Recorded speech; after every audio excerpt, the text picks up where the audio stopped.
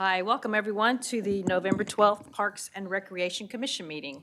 I am Laurie Eater, your chairperson, and I'm thankful to be here today. And before we get started, I do want to recognize and introduce two new commission members, Stephen Biles and Michael File. Welcome, welcome, welcome. All right. Looking out, we don't have any citizens, so we will go ahead and move on. Next item on the agenda is the approval of the minutes. Has everyone had a chance to look them over? Do I have a motion to adopt or any comments or changes? I'm Mike Files, so move. Okay, do I have a second? Second. All right, all in favor? Aye. Any opposed? The minutes are passed.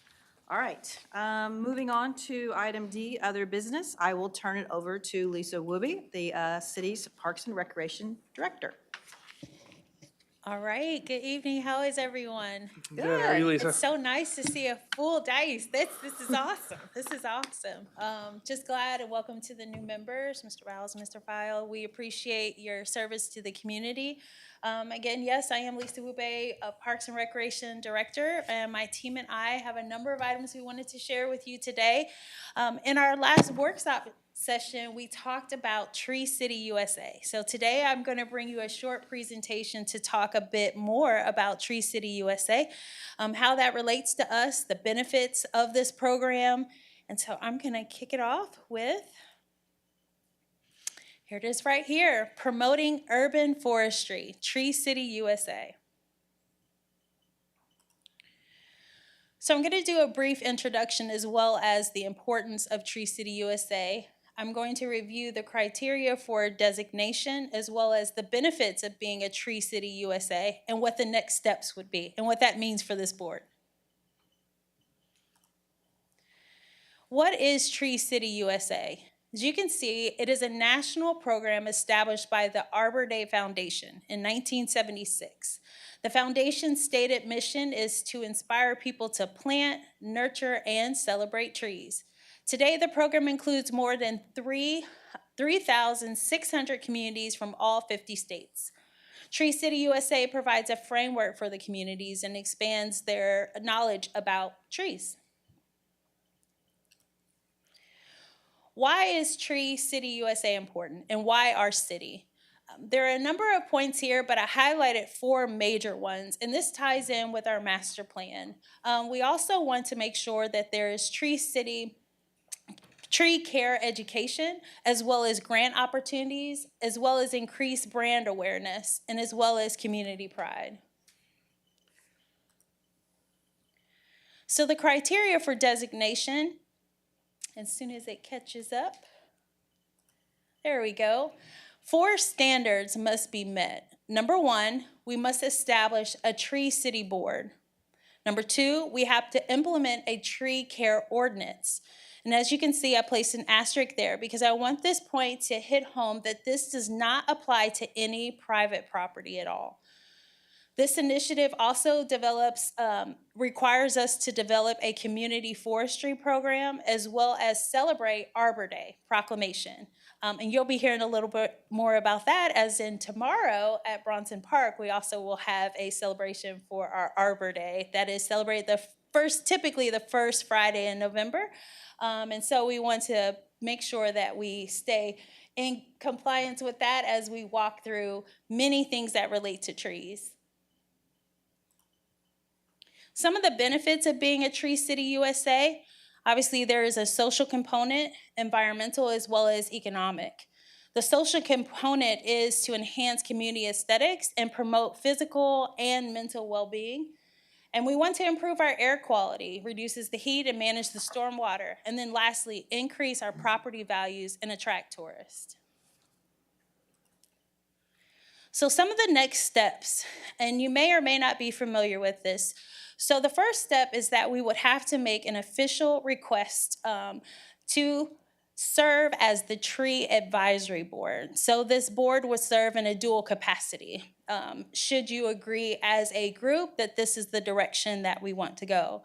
Also, we would have to create an agenda item for City Council. We want them to consider a first reading and a second reading of this new tree ordinance that will have to be developed with our legal team. And then also, next would be our final adoption by City Council. Once that's approved, we will be adding this to our Muni Code, and that outlines all of our chapter fees, and as such, all of our permits that include the entire cities. And then lastly, we submit our Tree City USA application. Now, I will note, the last time that our city was designated was back in 2014. We did a little bit of research. And so if you drive to our offices off of Main Street, still learning the streets, and off of Mockingbird, there's a Tree City sign there, and it already says 12 years on it. And so what started this conversation was someone had already done the footwork. And so I wanted to make sure our team followed suit. And so it's been 17 years, and so we wanted to go ahead and introduce this to the board and just give you a highlight of some of the benefits of joining this initiative. There are, again, 3,600 communities.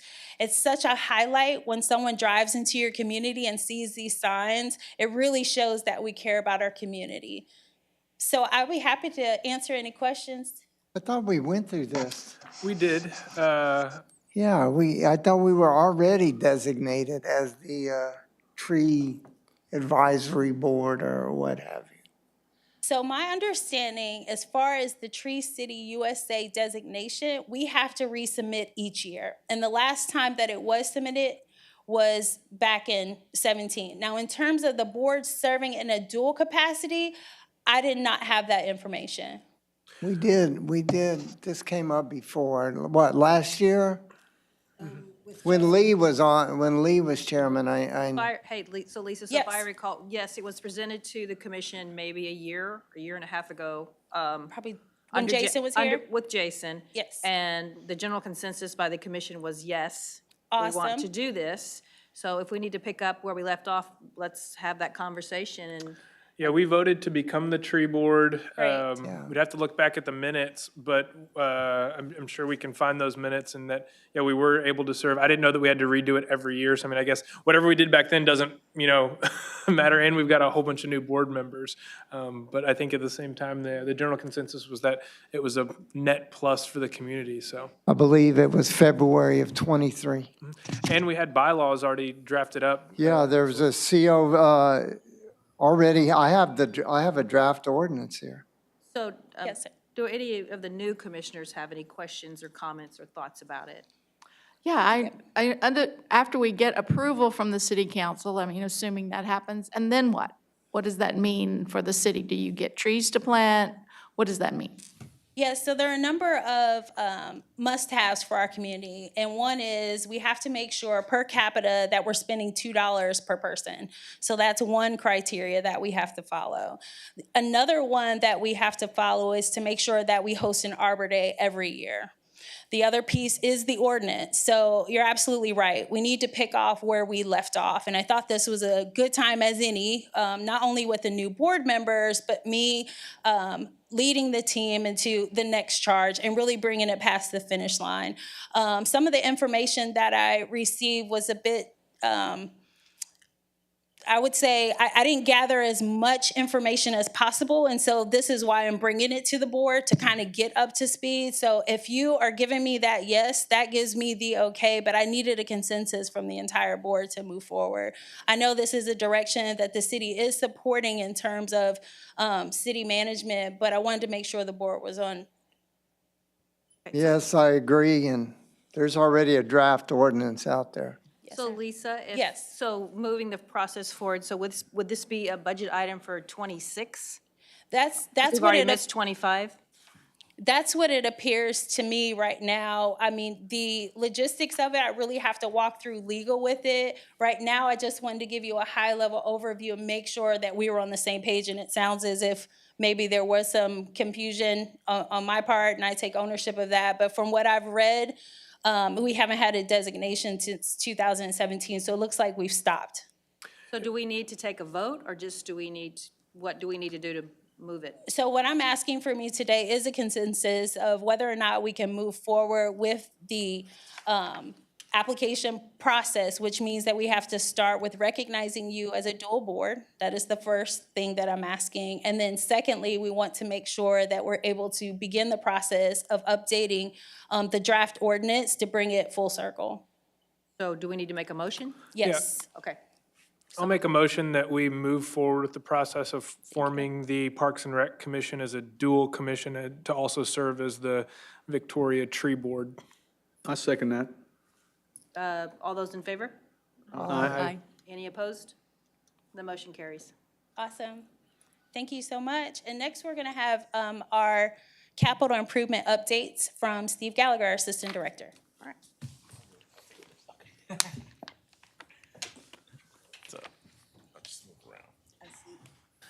Good evening, Commission.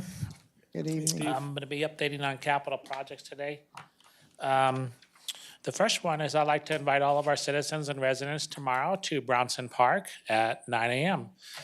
For those that haven't been over to Brownson Park yet, we've done a lot of great work with Funabounce was the contractor to bring in a new swing set and a new playground, as well as updating the fall zone. And so when you go over there, it's the pour and play rubber surface instead of the pea gravel over there.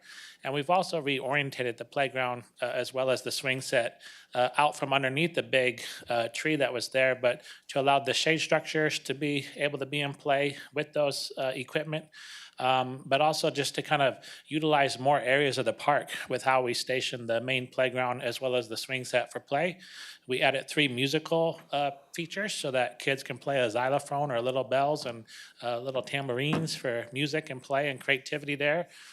We've also pressure washed the basketball court, painted lines for free throw 3-point shots so that there can be more skilled competitive play for those that want to keep score. As well as the entire fencing around the park has been updated. It's a nice new powder coated black chain link fence. Looks very sharp if you drive by. And then at the front road there, in front of the park, there's 2 knobs to help for safety gates so that before is just wide open. And so although chances may be low for the children to run there on the high traffic road, there is a safety gate there. But also towards the basketball court side to where there's the off-street parallel parking, it's more of just a cabling gate and fence to give it a little bit more open approach for the basketball players to maybe just feel a little bit more comfortable going to a park and not feeling so boxed in. So quite a few features updated around the park. But as Lisa mentioned, we have 2 trees that we're going to be planting at the park tomorrow. One's a crepe myrtle tree and the other one is a Florida maple tree. And the future would be to add a few more trees to add some color, things that bloom. That way, when you're there driving down the main Port Lavaca Highway or Lavrent and you're looking into the park, you're going to see that color, as well as just being at the park, some more opportunity for enhanced shade and just a future walking path could be added. So just some other aesthetical enhancements to the park to bring, some optional places for picnicking and everything there at Brownson Park. So we look forward to seeing you guys there. The park is also, I believe, going to be 59 years old. November 1965 was acquired to be used as a park in the city. So we'll be celebrating its birthday. And we've invited our Toddlers on the Trail program to join us with our recreation team. So we should have some children out there, and a couple of the vendors should be there as well that if you had questions, but they'll be out there as well for us. The next project that Quick, Stephen, so I wanted to personally invite all of the commissioners to please show up and attend if you can. 9 a.m. start. The address is 202 North Laurent Street for the public, so please join us. Thank you for the Yes, update ma'am. on that. Thank you, Madam Chair. The next project to update you guys on is the Ethel Tracy restroom. That is a project that's going to be putting a bathroom at Ethel Tracy Park between the playground and the splash pad. I've received photographs from the company to show that the off-site build is underway. And so they're building it off-site. And then we've worked with the contractor that's going to be doing the work on-site to walk to where the water's coming, the plumbing, sewer, electrical, and the actual site so that they can start preparation. They're working with the city to get their permitting done, and we expect to start breaking ground on January 15th with that. And at any time between that time and about February 15th, that the site work is done and the building's going to be delivered. It takes about 3 days once the building's lifted off the trucks and put on the ground, then to be connected to the actual water and electrical and plumbing. But we're getting really close for that project to, here we are in middle of November, but we'll definitely be ready to go by next splash pad season and playground season to have a new feature there at Etherly Tracy. So we're very excited to be getting ready to cross that finish line and check that off for the public. Two more projects I'll mention. It's going to be for the Pine Street Playground. We're working with 4 companies right now. Pine Street is going to be our next general fund project that we're working on this year. So we're wrapping up communication with 4 different vendors. And so we're hoping then to have a proposal presented with council so that we can move forward with that park project there. And it will be very similar to Brownson Park, updating the current playground there and doing some basketball court work as well as adding trees there. So it'll be a brand new playground for that. The final capital project update you guys on is in Riverside Park. We were awarded a grant for the beginning phases of the kayak exit and boat ramp to show documents on proposals on what it would look like as well as potential construction costs. So that grant is very limited in its scope, but it's going to help where we toured some vendors out and we'll be opening bids to see who's going to win that award to then bring a proposal for what those kayak exit would be. So we met on the south side of the pump house in a general area of open green space off of John Lee there on how can they use the hill to train, what the river would be like, and how they would have to work with the Corps of Engineers or the River Authority if that's a place to be at, as well as improving the actual boat ramp at the McCrite by the Rose Garden there as you enter the park for enhancements for those that use it and such for John boat use or kayaking entry and exit there too. And so we'll have more details into 25 about that, what that looks like, and be presenting them to council as well. But we do want to just let people know that I think they would have heard that earlier this fall about being awarded that grant, just kind of where we're at with that grant. And then once that grant is determined, those prices and things like that, then we would go back out again for another grant and start budgeting into capital improvements with council and city management about those steps to take each of those, walking that down the path to get that, potentially built in the park. So those are the 4 CIP programs and park amenities that I had for you guys today. If you had any questions, I'll be more than happy to answer them for you. Got one, Steve. Do we have any update on the, at the end of the soccer fields where we talked about putting in the food truck park, that platform area, anything on that? Yes, great question for that. We have done some more surveys on soil testing for parking and improvements there, not only in that location of the old community center, but also at the triangle at North Bluff and Red River to possibly enhance some parking over there. So both phases are being looked at for the best suited upgrades, and then we'll be able to make the best decision going forward for those phases on that. But nothing is shovel ready at this point, but there is money funded for some shovel work. And as soon as we get the more details, we'll get that to you. Okay, thank you. Any other questions? I have a question about the community center improvements. I've had some people asking me about the status of that. As I understood, we're waiting on maybe more of a pricing and timeline on that. Is that right? And, Let me answer that. Yes, sir. Hi, good afternoon. hi, Mr. Crozat. Pleasure to join you all this evening. Yeah. So I know that there was a presentation made in front of this group a couple of months ago, maybe, with the plan for that. We presented it officially to City Council with our consultant at a recent workshop. And basically where we're headed is on December 10th, 12th, we have another council workshop. We have one every quarter. And so our task is that in anticipation of that workshop, we will come back prepared with basically 2 options of improvements. One that is closer to roughly $40 million, which was doing everything the way that the plan sort of conceptualized. And then an option that had a different, basically a different roof. And so one of the elements that the consultant looked at was a traditional metal roof or a different material of a roof based off of some projects in other places. And that was going to decrease the project cost significantly down to roughly $30 million.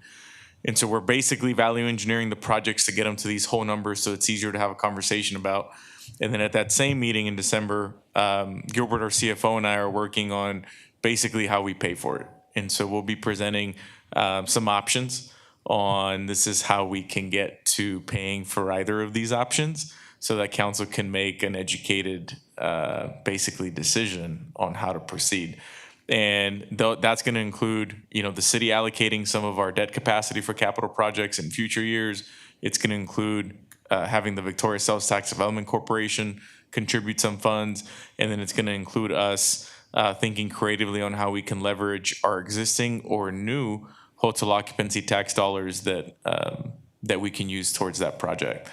And so the idea is hopefully having that conversation in the winter, in the spring, so that when we get to our development of our fiscal year 26 budget, which starts in the late spring of 25, we can start incorporating some costs associated with the project, with the first one being a multi-million-dollar contract with the architectural firm to design it. And that design could take somewhere between 6 to 8 months. And so that would be the first thing that would happen, obviously, would be the design of it, and then construction after that.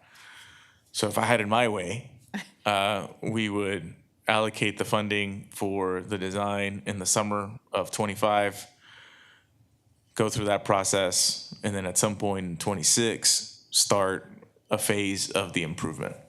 Okay. Ideally. I hope that helps. Yeah, it does. Nothing ever goes as ideally planned, but that's gotta start somewhere. that's what we're gonna lay out in greater detail in December to Okay. council. Thank you. So next I'm going to share a bit about our department updates. As you can see, we are quite busy. It's a very entertaining time for us.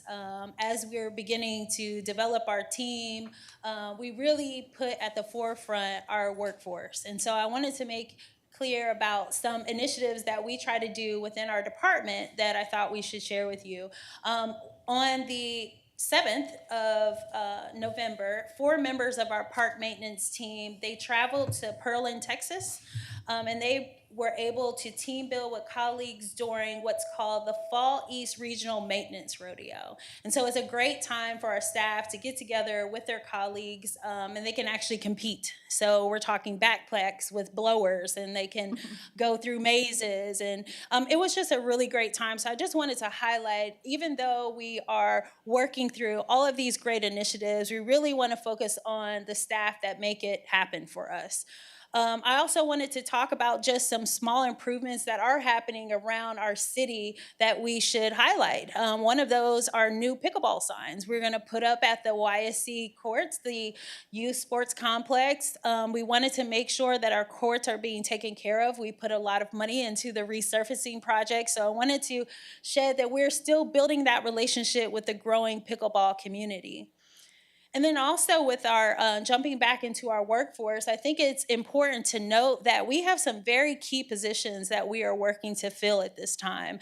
They are going to help fill in some of what I like to call the challenge gaps that are happening in our department, and being ready for the influx of activity that are coming our way with the rebuilding of the renovations of the community center, things of that sort. So currently we have our recreation coordinator position that is going to be open with our department, as well as our sport tourism / recreation supervisor. And that name sounds very long, but in essence, that person will actually help to facilitate sport tournaments as well as oversee in a supervisory capacity our recreation coordinator. So it allows for a more broader reach. And then also, I wanted to highlight that these applications have all been posted online. So we definitely wanted to spread that word to our community as well as external. When are you hoping to have those filled by? Very soon. So the They end were of the just year, maybe? Yes, that is the goal, by the end of the year. So if you know of any candidates that are excited about Parks and Rec initiatives, please share what we have to offer here. We are well on our way. We're just getting started. Like I said, 7 months in, and we are pushing the gas. We got a lot of tread on the tire. And then lastly, I wanted to talk about our future events. Thank you so much to everyone that helped us with our massive first-time annual Halloween event. We had such a great time. We weren't expecting as many people that walked through the door, but thank goodness we had tons of candy. But that just goes to show that the community is interested in what we do, how we do it, and why we do it. And that's why we come here and we try to share these updates with everyone. I can say so many thanks to my team, but they're not going to take that foot off the pedal because we still have 3 more major events that are happening this year. So if you didn't know, first we have our Christmas parade that's coming up on the 7th. So we welcome any volunteer efforts for that event. Miss Cherise Cruz is happy to lead that charge. She's supported by Elijah Ramos, and he is our recreation coordinator as well. We have over 125 participants already, and I've heard great things. We just had our operation plan meeting today, and so we're looking forward to the community joining us. We also have our New Year's Eve blast off. So we're in partnership with our CVB department. We're working on trying to really kind of share this special event experience with them. So we're going to handle the logistics as far as food, vendors, music, and things of that sort. And CVB is working with marketing and sponsorships. So please join us for that. I did want to invite you, internally we do a lot of, there's a lot of traditions in our department. When I walked in, they always have a Thanksgiving event. They have a potluck. And so our team is gearing up for that, and that's on the 19th. So we're looking forward to that. I believe some of them invite some of their families. So it just goes to show how close and how connected we're trying to be. That is the mission of our department, to really be, great at home and then bring that energy out to the community. I think I mentioned 4. I can go down the list, but I think that's enough to put on your calendars for the rest of the year. I'm sure you have families, but please come join us, and I'll be happy to answer any questions should you have these at this time. Who was was it Convention and Visitors Bureau that was in charge of Tejas Fest? Yes, sir. Okay. Yes, sir. They put me in the kids zone. Had a lot of fun. It was a great turnout. I had a lot of great feedback from it. I would say the one piece of feedback that I got was having the main, singer on. I was there and I can't even remember who it was at this point. Josh Abbott, yeah. Yes. There you go. Going on so late, there was a ton of people streaming out in the middle of his set, which was kind of disappointing. But it was also 11 at night. So. Yeah. But it was a great event. Awesome. The whole city did a great job. So. Coffee, bro. Hey, I stayed till the end. But. That's great. Do any of the commissioners have any other comments, requests? Lisa, anything from you or your staff? I think that's it from us. City City manager? manager, anything? I'm good. All right. All right. Awesome. With that, then we need a motion to close the meeting. So moved. Second? Second. All right, all in favor? Aye. Any opposed? All right, the meeting is officially closed. Thank you all for your time. I think that's a record. Thank you. Wow.